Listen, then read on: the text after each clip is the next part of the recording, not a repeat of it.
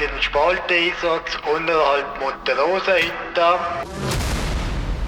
Eine Person im Spalt, nicht ansprechbar im Moment. Rettungsspezialist, Teleport. Es war eigentlich schon immer ein Traum, beide Leidenschaften zu kombinieren. Die Medizin wie auch die Bergrettung oder das Bergsteigen.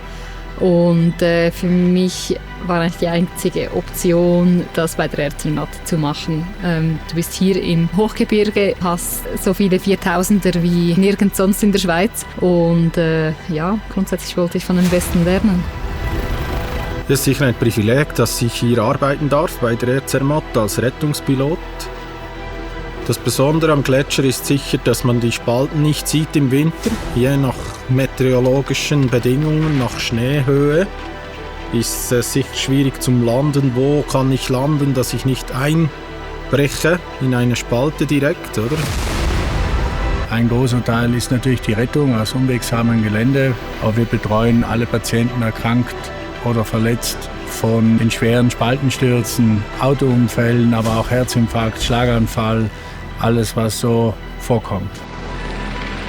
Also hier bei der Zermatt arbeiten wir mit einer Bell 429, haben 3 Rettungsmaschinen und zusätzlich noch mehrere Ekerois, welche vor allem für den Transport und für den Rundflugbereich genutzt werden.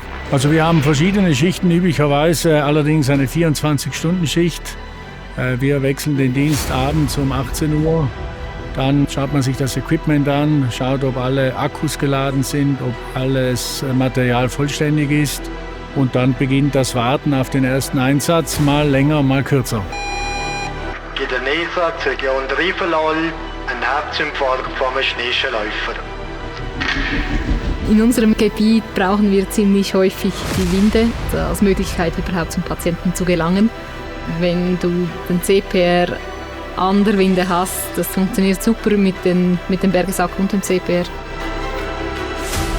Ja, es gibt das statische Windenrettung, wenn der Hubschrauber einfach steht und du lässt die Winde einfach raus und runter.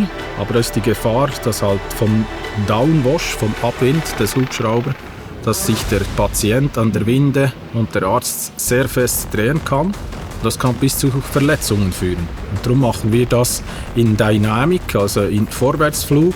Und das ist so unsere Spezialität in der Schweiz. Ja. Das ist sicher die größte Herausforderung, dass man nicht zu weit geht und dass man immer wieder heil zurückkommt.